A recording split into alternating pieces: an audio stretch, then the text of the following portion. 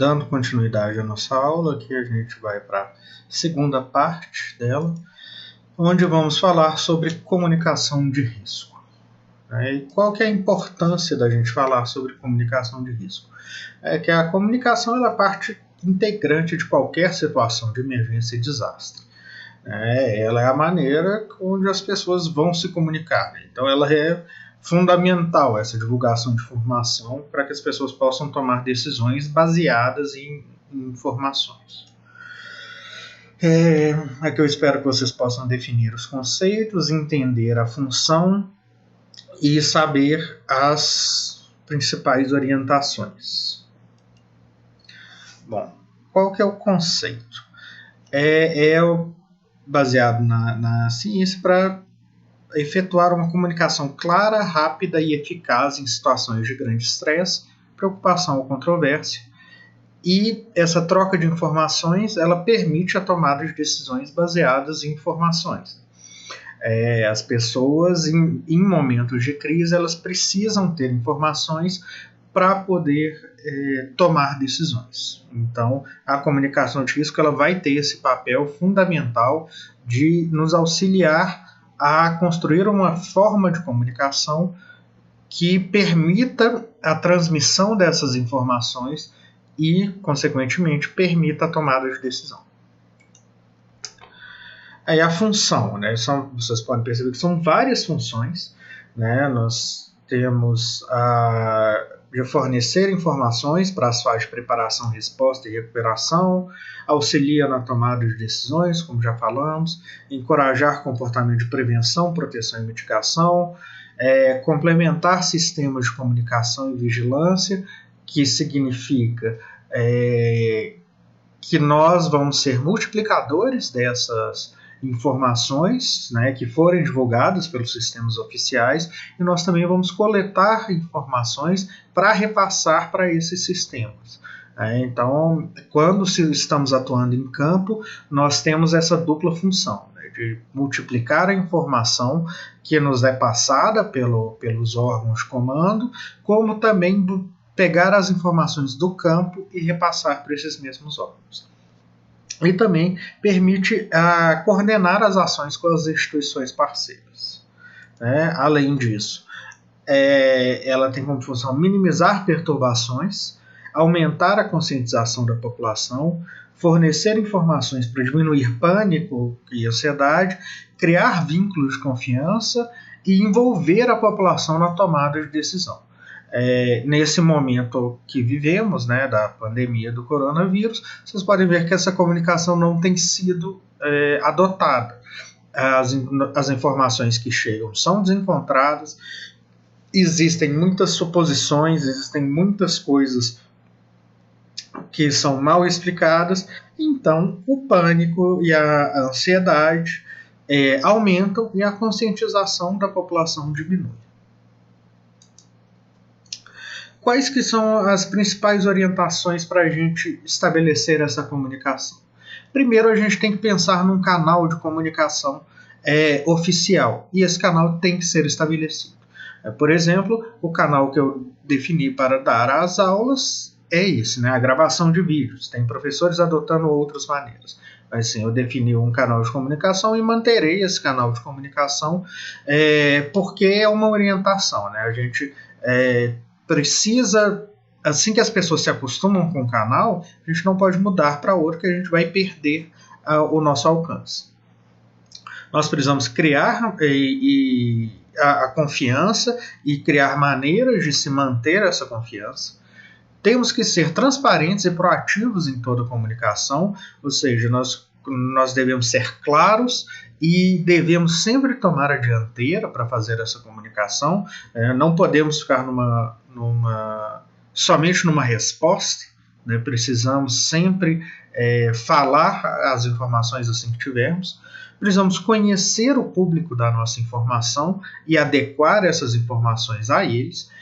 Não quero dizer que nós devemos omitir ou manipular a informação, mas pensar assim, como esse público, qual que é a melhor maneira desse público entender essa informação. Temos que comunicar fatos, figuras e dados de maneira empática, né? A comunicação ela não pode ser fria, ela não pode parecer que não estamos nos importando ou que estamos distantes. Nós temos que transformar dados científicos e técnicos em comunicação clara, que foi aquilo que eu falei, de saber o público que nós estamos lidando. Observar e aprender com a população local, né? Nós precisamos conhecer nosso interlocutor, então nós temos que aprender com eles, reconhecer as incertezas, mas não fornecer informações incertas. O que isso significa? A gente pode falar que não temos certeza, podemos falar que ainda existem dúvidas, que ainda não existe uma definição, mas não podemos espalhar boatos, não podemos falar assim, parece que aquilo está acontecendo, então assim, nós temos que nos eximir de espalhar boatos, de espalhar incertezas. Né? Nós podemos falar que as coisas que não existe uma resposta para aquela situação, mas não podemos inventar uma resposta. Nós devemos também engajar as pessoas afetadas, né? Eles precisam eles precisam querer essa informação também, eles precisam ser uma fonte de diálogo, e com isso a gente precisa também identificar e treinar multiplicadores. Assim como a nossa atuação em campo, nós somos multiplicadores, dentro das comunidades afetadas, nós também vamos buscar multiplicadores para poder conversar com a população, sejam eles os líderes comunitários, os líderes de associações, líderes religiosos. Então a gente sempre vamos buscar alguém da comunidade para nos auxiliar nessa comunicação. Durante um resgate, como nós devemos proceder?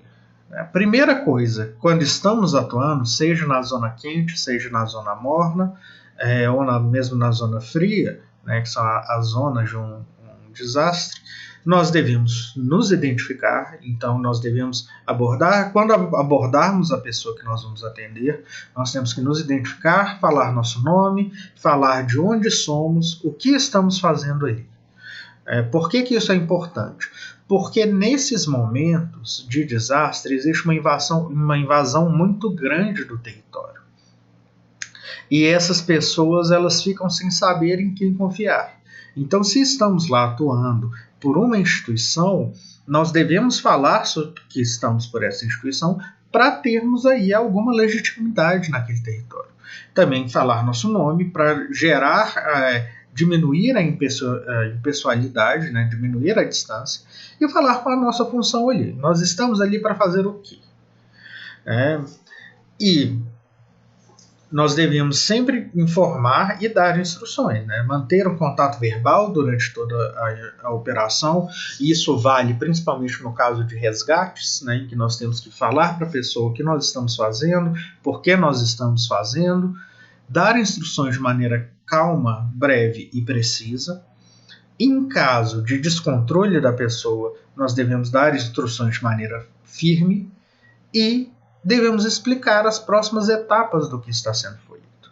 A maneira de deixar essa pessoa calma é passando confiança para ela e que ela não tenha mais surpresas. Né? Então, nós sempre explicamos qual que é o cenário, o que está acontecendo, qual que é a nossa função, né? O que nós estamos propondo fazer e o que nós estamos fazendo com ela naquele momento. E aí, após um resgate, nós vamos também manter a identificação, né? Toda situação de resgate nós vamos nos identificar, seguindo aquela mesma lógica, né, de nome, função e instituição. Também lembrando que a função não é só nosso cargo, não é só nossa profissão, mas também o que estamos fazendo no território. Devemos conversar com os afetados, se formos solicitados, e isso acontece muito. Né, se somos uma pessoa de fora, muitas pessoas vêm tirar dúvidas, vêm tentar entender o que está acontecendo, e nós também podemos tomar a dianteira se julgarmos importante. Né? Nós podemos ir conversar com as pessoas afetadas se julgarmos que isso é importante para aquela missão. Devemos continuar explicando as ações que estão sendo realizadas, os motivos de nós realizarmos aquelas ações, né? E antes de simplesmente avisar tudo, nós devemos avaliar se essas explicações elas gerarão tranquilidade ou ansiedade. Algumas informações elas não devem ser divulgadas de maneira ampla, pelo menos nesse primeiro momento, porque elas podem gerar pânico, elas podem gerar desespero. Então, quando estamos ali nessa função de comunicação, no campo, nós temos que ter esse discernimento. O que nós podemos falar que vai ajudar e o que nós podemos falar que vai atrapalhar. E aí, o que não fazer? E isso vale muito para nós psicólogos, porque a comunicação é a nossa maneira de trabalhar. Então é fundamental que nós tenhamos aí um discernimento sobre como nos comunicar. Nós não devemos discutir com alguém que está alterado ou irritado. Essas pessoas, quando elas são afetadas por um desastre, existe um descontrole emocional, e esse descontrole ele pode aparecer dessa maneira, da alteração, de uma irritação. Isso não é direcionado para nós. E isso tem que ser muito claro para a gente. A pessoa não está com raiva dos profissionais, ou ela não está ali querendo descontar as coisas dos profissionais. Ela não está dando conta de lidar com aquilo. E ela vai manifestar isso nessa alteração. Então, não é nossa função discutir. Caso nós percebamos que não é possível acalmá-la naquele momento, nós saímos de perto, ainda nos mantemos na cena, mas saímos de perto para deixar aquela pessoa acalmar de uma maneira mais tranquila. Mas é fundamental, assim, nesse momento, durante uma ação, nós não podemos perder a cabeça. Nós também não podemos dar conselhos ou dar explicações muito complexas. Dar conselhos nunca foi nossa função. E explicações muito complexas entra naquela questão que eu tinha falado anteriormente de conhecermos nosso público. Não devemos culpar, emitir juízo de valor, mesmo em relação a um possível comportamento imprudente, que seria, por exemplo, uma pessoa que está envolvido em um acidente automobilístico e nós falarmos que tentar culpá-los ou falar que a culpa daquilo é dele, não é um momento para isso. E como psicólogos, emitir juízo de valor ou culpa, na verdade, não é momento nenhum para a gente. Se a pessoa causou um acidente, causou um desastre, ela vai responder na instância jurídica. Não é nosso papel fazer esse julgamento, não é nosso papel atuar dessa maneira. Também não devemos censurar choro ou manifestação de dor ou sofrimento. A pessoa precisa liberar isso. Então, se ela está chorando, se ela está em desespero, a gente não vai tentar simplesmente censurar, fazer com que ela pare de chorar, fazer com que ela pare de manifestar essa dor e sofrimento, porque isso não vai fazer com que a dor e o sofrimento acabe. Isso geralmente acontece. As pessoas que censuram manifestações de dor e sofrimento, elas estão lidando com uma angústia delas e não com a angústia do outro. E nesse momento nós estamos lidando com a angústia, dor e sofrimento do outro. Então, se eles estão manifestando, nós não podemos censurar. Nós vamos tentar aí acalmá-los, mas de uma maneira muito mais suave, deixando que seja um processo natural. E também não vamos incentivar manifestações de culpa ou remorso. Não é o momento ali durante um desastre incentivar esse tipo de manifestação. É algo que vai fazer com que a pessoa tenha um quadro ainda mais grave, psicologicamente falando. Então temos essas grandes recomendações, que é assim, o que não fazer em momento algum. E aqui terminamos essa parte da comunicação. Voltamos agora para falar sobre apoio psicossocial.